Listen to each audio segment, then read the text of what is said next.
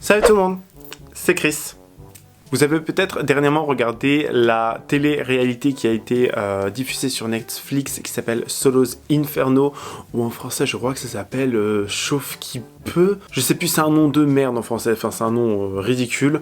Donc c'est une émission où il y a 12 candidats, des femmes ainsi que des hommes qui vont devoir se séduire pour tout simplement aller au paradis, parce qu'au début ils vont en enfer avec très peu de moyens pour survivre. Enfin une émission de télé-réalité coréenne qui est stagée à mort, c'est-à-dire que tout est mis en place, tout est trafiqué, faké, enfin bref. C'est choquant. J'avais commencé à regarder moi personnellement de mon côté et ça m'avait pas réellement plu. Enfin, je trouvais le truc, ça faisait un peu trop ange de la télé-réalité ou l'île de la tentation. Et il y a une candidate qui m'a beaucoup comment dire, interloqué. C'est la candidate Song Dia. Alors déjà rien que son explication de la petite, c'est elle se décrit comme mignonne et sexy, hein. Et son type idéal de mec, c'est un mec grand, mignon, avec beaucoup d'argent sur son compte en banque et qui est comme si, enfin une fille extra, enfin on a un conglomérat carrément de superficialité rassemblé dans une seule personne. Et je trouvais que dans l'émission elle avait un côté beaucoup trop bitch en fait, un côté très sassy attitude, enfin badass bitch si vous voulez, enfin très quelque chose qui ne me plaisait pas tout simplement. Et dernièrement, juste après que l'émission s'est terminée, elle a été emportée dans une spirale de haine et beaucoup de choses ont été divulguées à son sujet. Du coup, si vous voulez voir quelles sont ces controverses, quelles sont ces polémiques à son sujet, continuez à regarder. Qui est Song Dia? Song Dia, c'est une créatrice de contenu, une youtubeuse beauté, lifestyle, sport, je crois un peu aussi, sur YouTube et également sur les plateformes chinoises telles que Bilibili et Weibo. Il faut savoir qu'avant d'avoir commencé l'émission, elle était à peine 540 000 abonnés sur son compte YouTube, et juste après que l'émission se soit terminée, elle a eu une poussée d'abonnés si vous voulez. Elle est montée de 540 000 à plus de 1,9 million abonnés sur sa chaîne YouTube, ce qui est énorme. Elle a eu un accroissement d'abonnés juste grâce à cette émission. Elle est née en 1997. Représente parce que c'est la meilleure année, parce que je suis de 97 aussi. Tous ceux qui sont de 97, dites-moi en commentaire aussi. Faisons une petite team 97 s'il vous plaît. Donc elle est née en 97 et elle a été diplômée de l'université de Hanyang, qui est une université assez réputée, assez prestigieuse il me semble. Elle a été diplômée en danse traditionnelle coréenne. Je comprendrais pas trop le pourquoi du comment c'est comme si moi je me faisais diplômer en étant troubadour, enfin je ne sais pas, je ne vois pas trop l'intérêt. Il faut également savoir que en un seul mois, elle est passée de 400 000 abonnés sur son compte Instagram à plus de 3 900 000 il me semble, à plus de 3 400 000 abonnés en seulement un mois sur son compte Instagram, ce qui est énorme. Et du coup, durant l'émission, beaucoup de personnes ont aimé ce côté un peu badass bitch, ce côté un peu petite cuillère en argent dans la bouche, ce côté fille pétée de thunes qui aimait acheter des articles de luxe à tout va. Elle est quand même arrivée, la fille, habillée en Chanel, avec un sac, il me semble, Chanel, des boucles d'oreilles Van Cleef qui valent plus de 4 000 voire 5 ou 6, 7 000 euros, je ne sais plus. Enfin, elle arrivait vraiment apprêtée et elle était vraiment là pour faire tourner des têtes l'enfant. C'est-à-dire que elle est arrivée vraiment en bombe. Il y a même un moment dans un épisode, je crois qu'elle arrive avec des sacs de shopping Chanel où il y a ses vêtements ou ses trucs à elle dedans. La fille vraiment tout fait pour parler d'elle, sauf que ça s'est très vite retourné contre elle. Et vous allez me dire, c'est quoi du coup le problème avec cette fameuse Dia, on va l'appeler Dia tout au long de cette vidéo. Alors le problème, c'est que beaucoup de personnes en regardant l'émission se sont dit qu'elle portait un peu trop de tenues de luxe, des accessoires de luxe, que ce soit des bracelets, des chaussures, des colliers, des vêtements, des maillots de bain, tout ça. Il y avait un peu trop de luxe sur elle, et c'est-à-dire que les K-netizens, donc les K-netizens sont tout simplement les internautes coréens, se sont mis à un peu chercher jusqu'au moindre petit détail, que ce soit sur Instagram, YouTube et dans l'émission. Ils ont vraiment scruté Dia pour vraiment voir chaque petite chose sur elle et vraiment analyser entre l'article, le vrai article et l'article qu'elle portait, et beaucoup de personnes se sont en fait rendu compte qu'il y avait beaucoup d'incohérences dans ces vêtements qu'elle portait. Par exemple, un logo allait être plus grand, un logo allait être plus petit, mal taillé. Sur Instagram, il y avait énormément de photos d'elle posant avec des articles de luxe. Ils se sont carrément fait chier, pour vous dire, les K-netizens, à vraiment mesurer en ligne la taille de son sac, comment c'était coupé, s'il y avait bien les rebonds sur certains sacs, tout ça, enfin vraiment les petits coussins, on va dire ça comme ça, sur son sac, notamment Lady Dior. Ils ont vraiment tout regardé. Ils ont vraiment... Déjà, à quelle heure tu fais ça? À quelle heure tu te dis tu vas perdre ton temps? Parce qu'à mon avis, il y a beaucoup de temps qui a été mis là-dedans. À quelle heure tu vas t'amuser à regarder tout ça pour voir si c'est des vrais articles qu'elle a? Ce qui a ensuite engendré une grande polémique parce que beaucoup de gens se sont rendus compte qu'en fait, elle portait du faux. Beaucoup d'articles ont été stipulés comme faux. Beaucoup de gens ont dit que ces articles-là étaient faux, d'autres qu'ils étaient vrais. Enfin, il y a eu une espèce de mini petite guerre jusqu'à tel point qu'elle a dû faire une vidéo et une lettre manuscrite qu'elle a postée sur son compte Instagram en disant qu'elle était désolée, que c'était tout à fait impardonnable de sa part parce qu'elle voulait tout simplement créer elle aussi sa propre marque de vêtements, et en tant que personne qui veut créer sa marque de vêtements, elle ne trouvait pas ça correct de s'afficher avec des faux articles de luxe. C'est-à-dire qu'elle a vraiment même fait une vidéo pendant je crois une dizaine de minutes où elle est en train de s'excuser en disant que elle s'excuse pour tout le mal aux gens qu'elle a pu faire aux gens, qu'elle regrette vraiment son geste, qu'elle est la seule et unique fautive là-dedans. Ça c'est très coréen, vous savez, où ils se mettent vraiment en mode genre sans make-up, l'air très triste et en mode genre désolé pendant au moins une dizaine de minutes.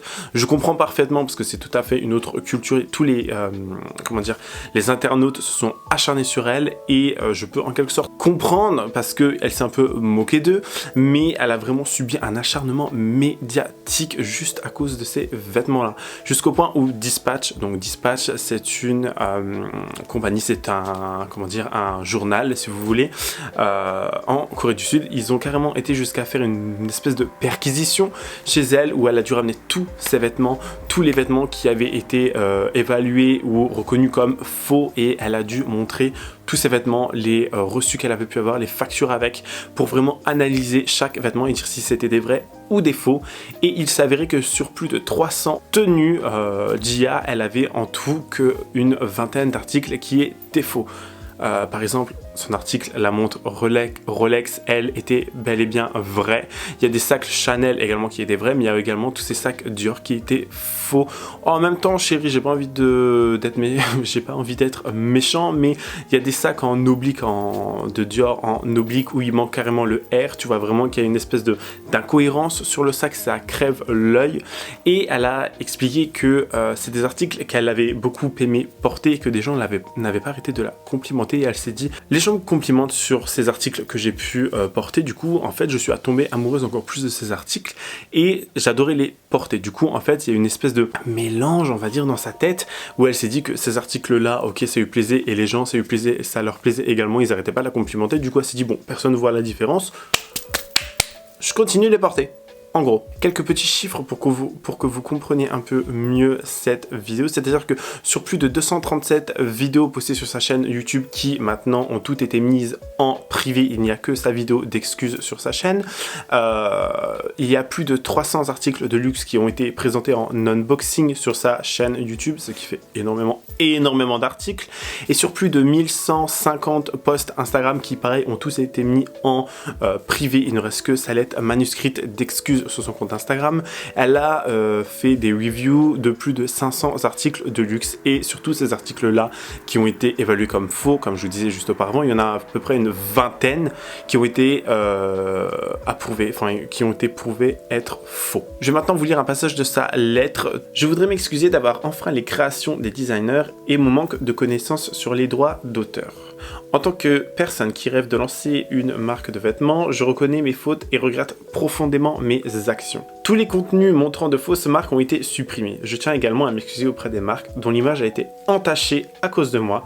Je m'excuse sincèrement auprès de tout le monde, y compris les fans, les abonnés et les responsables de la marque. Je vivrai avec plus de responsabilité à l'avenir. Merci d'avoir lu ce long message. C'est-à-dire que la fille, elle est à porte-à-faux toute seule, c'est-à-dire elle est même dans une agence qui la représente, c'est-à-dire une agence pour les émissions de télé, les partenariats, les trucs de mannequinat, tout ça, et ils se sont dédouanés, on va dire, de tout, elle s'est tout pris dans la gueule, elle, toute seule, et vraiment les internautes ont été super durs avec elle, surtout les Coréens, c'est-à-dire que les fans plutôt internationaux, eux, comprenaient à peu près que, il n'y a pas mort d'homme, tandis que les Coréens, eux, se sont vraiment énervés, se sont vraiment dit mais c'est tout à fait inadmissible en fait de mentir à ce point-là. Tu mens à tes abonnés, tu mens à ces gens qui te font manger, à ces gens qui te rendent populaire, ça passe pas du tout. Et ils ont vraiment essayé de la cancel à mort. Donc c'est pour vous dire, si vous faites des conneries en Corée, ça part très très vite. C'est-à-dire que tu peux être connu d'un jour et le lendemain t'es plus personne, pour vous dire. C'est vraiment la cancel culture à mort là-bas. Alors que chez nous, il y a des gens, ils font des blackface, toutes ces conneries-là, ils sont toujours en train de faire des vidéos YouTube. Mais bon, c'est un autre univers. Et quand je vous dis que les gens se sont acharnés sur elle, c'est qu'ils se sont acharnés sur la petite. C'est-à-dire qu'il y a même des autres youtubeurs qui ont commencé à se moquer d'elle. Il y a notamment un youtubeur coréen qui s'appelle Kang Yong-sok qui a fait des captures d'écran du visage, on va dire nu, sans make-up, de Song Ji-hye dans des vidéos et qui avait mis des commentaires un peu méchants, très virulents sur elle en disant que en gros elle était moche sans maquillage et que fallait qu'elle arrête de se la péter tout simplement. Enfin ce sont vraiment, tout le monde s'est moqué d'elle, tout le monde s'est foutu de sa gueule à un point que j'ose même pas imaginer. Si ça m'arrivait, franchement, je crois que je n'aurais même pas les épaules pour supporter ça. Mais le pire, je crois que c'est ce qui est à venir, ce dont on va parler juste après. C'est-à-dire que les gens, ils n'ont tellement pas de temps, ils n'ont tellement pas, pour vous dire, ils ont du temps à perdre. Les gens ont du temps à perdre et ils s'ennuient tellement qu'ils ont été fouillés, creusés dans son passé, creusés sur ces vidéos qu'elle a pu publier sur Bilibili, donc qui est le YouTube chinois. Ils ont vraiment tout fait pour trouver la moindre petite chose qu'ils pourraient utiliser contre elle pour vraiment la cancel. Notamment, premièrement, son appartement qui se situe à Seoul Forest Trimage à Songsu, donc c'est vraiment juste en face de l'université d'Hanyang, c'est-à-dire c'est vraiment juste à côté de là où elle allait étudier. Et ce sont des appartements qui abritent des célébrités vraiment extrêmement connus, notamment des membres des BTS, des membres de Sonyeoshide, enfin des SNSD, pour ceux qui connaissent, vraiment des stars qui sont mondialement connues, des stars qui sont pétées de thunes, qui sont vraiment très populaires à l'international, et c'est des appartements en général qui coûtent 2,5 millions de dollars et qui ont vu en fait sur la Han River, donc c'est vraiment des appartements prestigieux. Je suis passé d'ailleurs devant ces appartements en faisant mes recherches, je me suis rendu compte, j'y étais passé plusieurs fois devant ces appartements. J'étais choqué de voir que j'étais passé devant ça et j'ai fait ah d'accord, bon bah coucou Gia, j'aurais dû faire ça en passant en taxi devant, mais bon bref. Et c'est là où les gens ont vraiment essayé de chercher toutes les mini choses là concernant, c'est-à-dire qu'ils se sont rendus compte en fait qu'elle ne possédait même pas cet appartement, parce que elle, dans ses vidéos, dans son apartment tour, elle disait qu'elle avait acheté cet appartement et qu'il lui était du coup, comment dire, qu'elle le détenait, qu'il était à elle tout simplement. Les gens se sont rendus compte qu'en fait il était payé tous les mois mensuellement par son agence au propriétaire, du coup elle n'était même pas du tout propriétaire, elle était tout simplement locataire et que les gens, enfin son agence payait des frais, enfin un loyer tous les mois tout simplement. Et les gens se sont dit mais en fait elle nous a encore une fois menti, elle s'est encore une fois foutue de notre gueule, et là ça ne passait pas encore une fois. Passons à un autre problème et une autre controverse là concernant. On va parler maintenant d'une vidéo qu'elle a publiée sur la chaîne, sur sa chaîne Bilibili, donc je le répète, qui est le YouTube chinois qui compte énormément d'utilisateurs. Du coup, elle avait posté un vlog, il me semble, sur sa chaîne là-bas, et du coup, il y avait tout simplement les sous-titres en chinois. Et quand elle montrait ce qu'elle mangeait, elle dit manger du kimchi.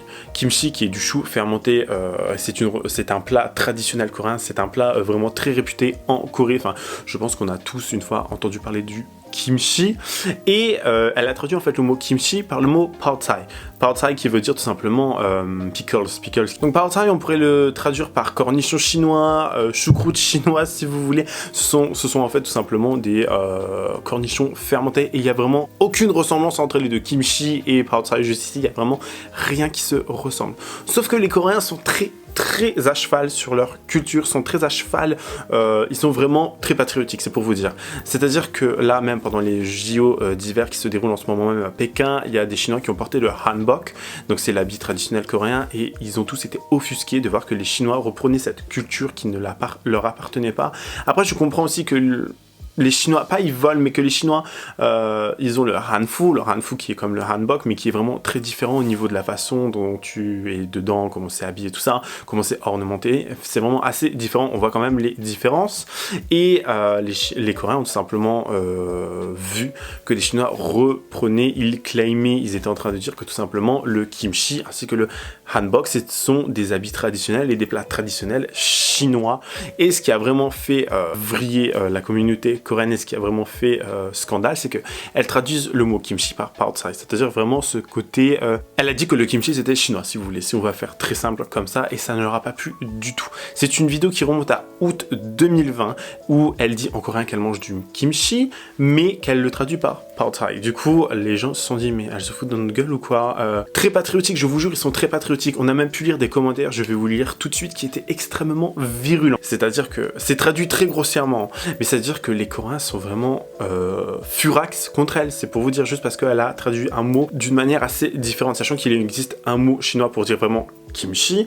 Elle a choisi le mot pour décrire le plat chinois. C'est vraiment ça. Vraiment un truc de rien du tout. Enfin, je sais pas si vous vous rendez compte, c'est juste un mot, quoi. Mais je peux comprendre aussi que... C'est-à-dire que même moi, quand j'étais encore en Corée, il y avait eu ce scandale de les Chinois qui disaient que le kimchi c'était chinois, que les kimchi c'était ci, c'était ça, mais ça leur appartenait, ça faisait partie de leur culture aux Chinois, que c'est les Coréens qui leur avaient volé, nanana, un gros scandale quand j'y étais.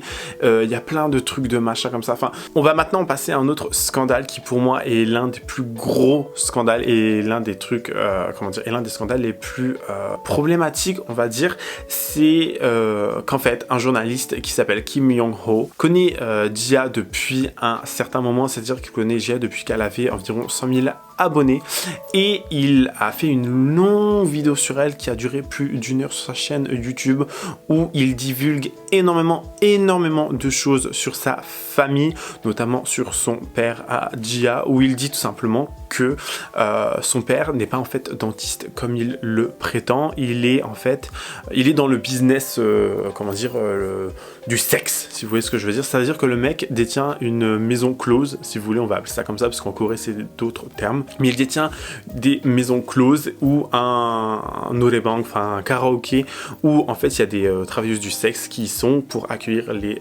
clients hommes, et en fait il fait une espèce de trafic comme ça de sexe. Et dans cette vidéo qui dure à peu près 57 minutes, il dit à Jia, ce n'est pas à moi, en fait il s'adresse directement à elle, où il dit tout simplement, ce n'est pas à moi de divulguer ces informations là, mais si elle ne le fait pas, je m'offrirai un cœur joie de les divulguer pour elle. En gros, il lui dit d'être honnête avec les citoyens, d'être honnête avec sa communauté, et de divulguer et de dire la vérité concernant son père, parce qu'elle avait dit qu'il était dentiste.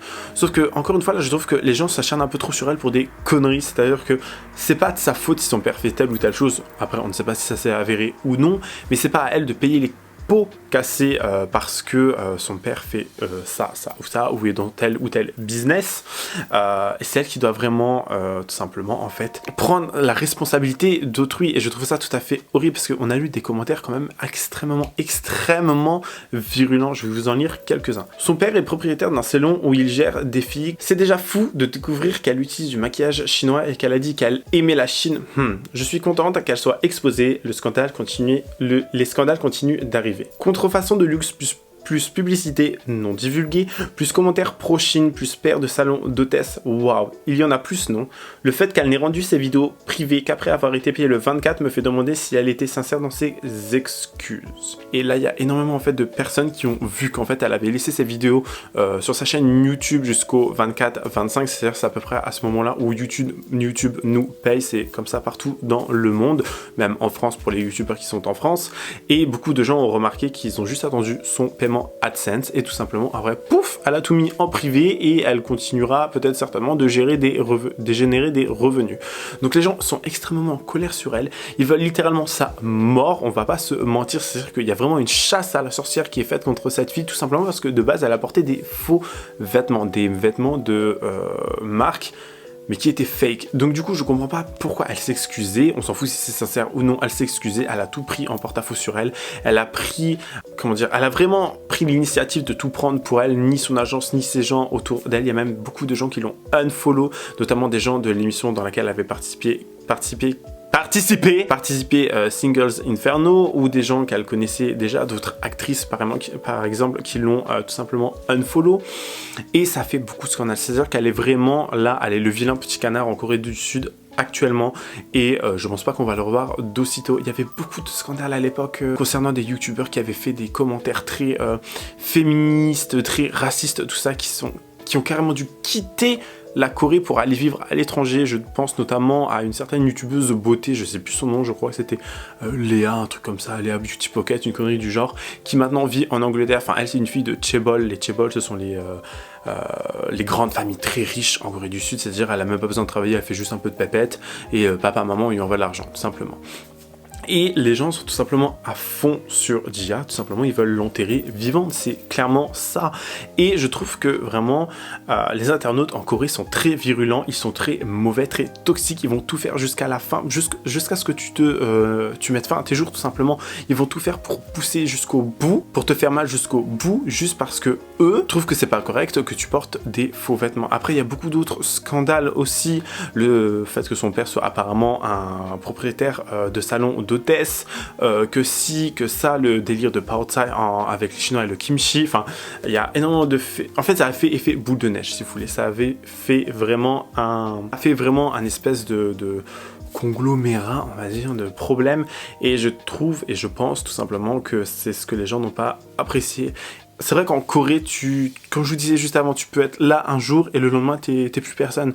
Et ça arrive très fréquemment en Corée. Et est-ce que c'est une bonne chose, une mauvaise chose? Je n'en sais rien. Dites-moi en commentaire, donnez-moi votre point de vue, parce que même moi, je suis en quelque sorte perdu. Je ne comprends pas si c'est une bonne chose ou non. Je comprends les excuses qu'elle ait pu faire. Je comprends qu'elle se soit excusée pour avoir porté du faux et avoir menti sur son image. Mais de là à aller faire la chasse à la sorcière et fouiller dans son passé, jusqu'à aller fouiller dans la vie personnelle, privée, tout ça, faut pas quand même se foutre de la gueule du monde, hein. Donc voilà, c'est la fin de cette vidéo. J'espère réellement qu'elle vous aura plu et que vous en aurez appris un peu plus sur les fameux scandales qu'il peut y avoir en Corée du Sud actuellement.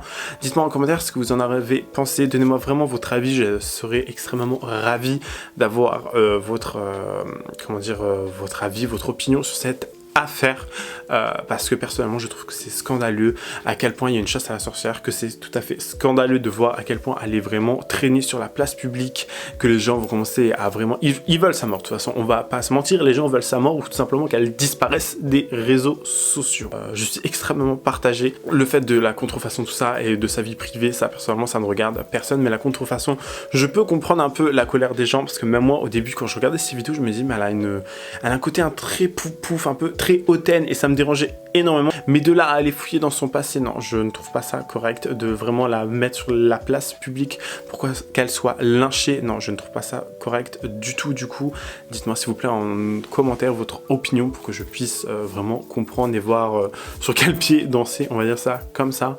Et n'hésitez pas également à vous abonner à la chaîne YouTube, activer la cloche de notification, lâcher un petit pouce bleu et partager la vidéo autour de vous. Sinon, moi je vous dis à la prochaine, prenez soin de vous. Bye guys!